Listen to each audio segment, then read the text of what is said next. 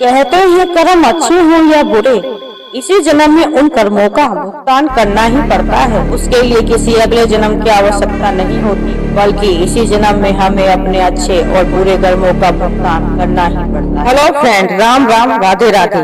Welcome back to my channel. Welcome Krishna ji, आप लोगों का बहुत बहुत स्वागत है। तो फ्रेंड, मैं फिर हाजिर हूँ आपके सामने लेकर एक प्यारी सी स्टोरी। ये कहानी दो दोस्तों की है। आइए कहानी स्टार्ट करते हैं।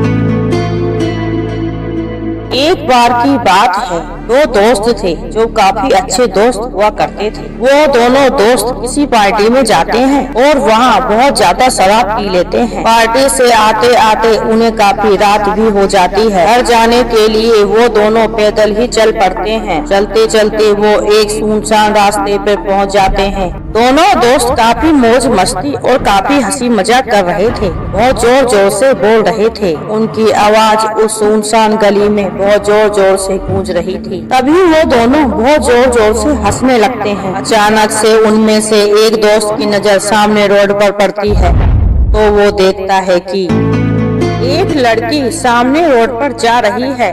उसने लाल रंग का लहंगा पहना हुआ है। वो कोई दुल्हन मालूम पड़ती है।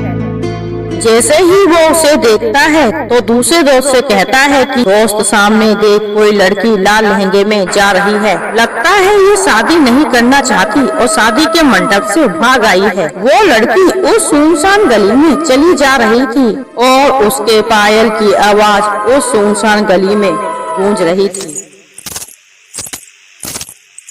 तभी वो दोनों उसे देखकर अपने कदमों को तेज कर लेते हैं और उसके पास पहुंचने के लिए जल्दी जल्दी चलने लगते हैं और बहुत जल्द उस लड़की के पास तक पहुंच जाते हैं और कहते हैं कि तुम कौन हो जो इस सुनसान गली में इस तरीके से अकेली चली जा रही हो।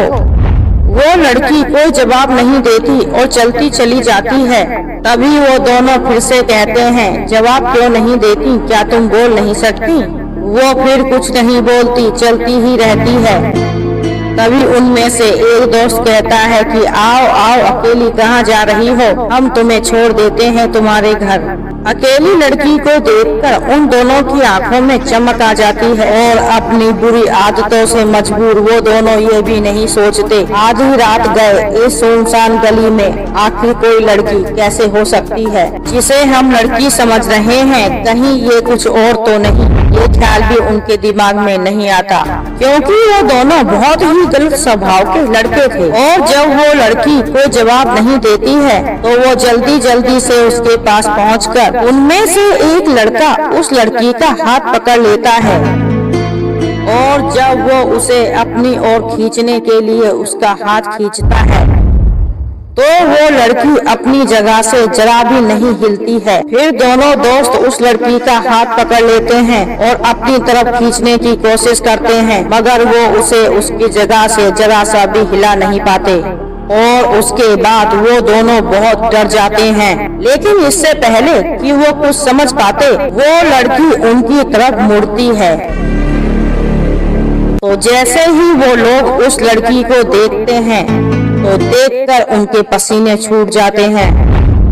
उस लड़की का चेहरा ही नहीं था, ना उसके चेहरे पर आंखें थी, ना नाक, ना मुंह। उसका चेहरा पूरा प्लेन था और वो कोई लड़की नहीं बल्कि एक प्रेत आत्मा थी।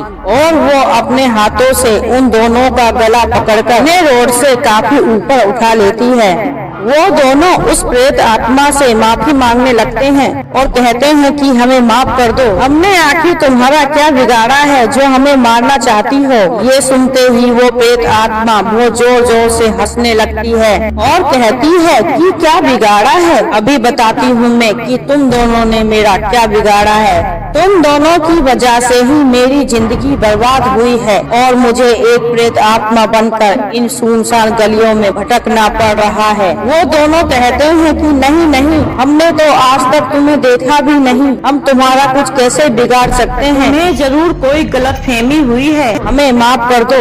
मगर वो कहती है कि तुम्हें मैं तो क्या भगवान भी माफ नहीं कर सकते। फिर वो कहती है कि याद करो वो समय जब मेरी शादी हो रही, बहुत जोरों शोरों से मेरी शादी की तैयारी चल रही थी और मैं बहुत खुश थी क्योंकि मेरी शादी उस लड़के से हो रही थी जिसे मैं बहुत पसंद करती थी। और एक दिन वो दिन भी आ जाता है जिस दिन मेरी शादी थी और मेरी बारात जोरों शोरों से मेरे घर पर मुझे लेने आ रही थी। तभी तुम दोनों रास्ते में उन्हें मिल जाते हो। तुम्हारा तो काम ही है लूटपाट करने का और फिर लोगों को जान से मार देने का। तुम्हारे गृह में उस समय तुम दोनों ही नहीं 4-5 लोग और भी थे। तुम दोनों ने मिलकर रास्ते में ही हमारी बारात को रोक लिया और फिर तुम दोनों ने और तुम्हारे साथियों ने मिलकर हमारी बारात के साथ में लूटपाट करी और सारा रुपया पैसा छीन लिया। और इतने से भी तुम्हारा पेट नहीं भरा तो तुमने दूल्हे की चैन छीनने की कोशिश की और जब उसने देने से इनकार किया तो तुमने उस दूल्हे को जान से मार दिया। जिस लड़के से मेरी शादी हो रही थी तुमने उसे ही मार दिया और जैसे मानो तुमने मेरा जीवन ही मुझसे छीन लिया। और ये सब कुछ मैं बर्दाश्त ना कर सकी और एक दिन मैंने भी आत्महत्या कर ली। मेरी बर्बादी का कारण तुम दोनों ही हो। अब मैं तुम दोनों को नहीं छोड़ूंगी। इतना कहकर वो अपना चेहरा उन्हें दिखाती है और फिर उन्हें आकाश में उछाल देती है और वो दोनों आकर के सड़क पर गिरते हैं और उनका सर फट जाने की वजह से उनकी वहीं मौत हो जाती है। और उस प्रेत आत्मा का बदला आज पूरा हो चुका और वो हंसते हुए वहाँ से चली जाती है और वो दोनों भी अपने कर्मों का भुगतान कर चुके थे। तो फ्रेंड, कैसी लगी आपको हमारी आज की स्टोरी? अगर आपको थोड़ी सी भी स्टोरी पसंद आई हो तो वीडियो को लाइक एंड चैनल को सब्सक्राइब करना बिल्कुल भी ना भूलें। और मैं बबली मिश्रा लेती हूँ अब आपसे इजाजत। मिलते हैं अगली वीडियो में। Okay, bye bye.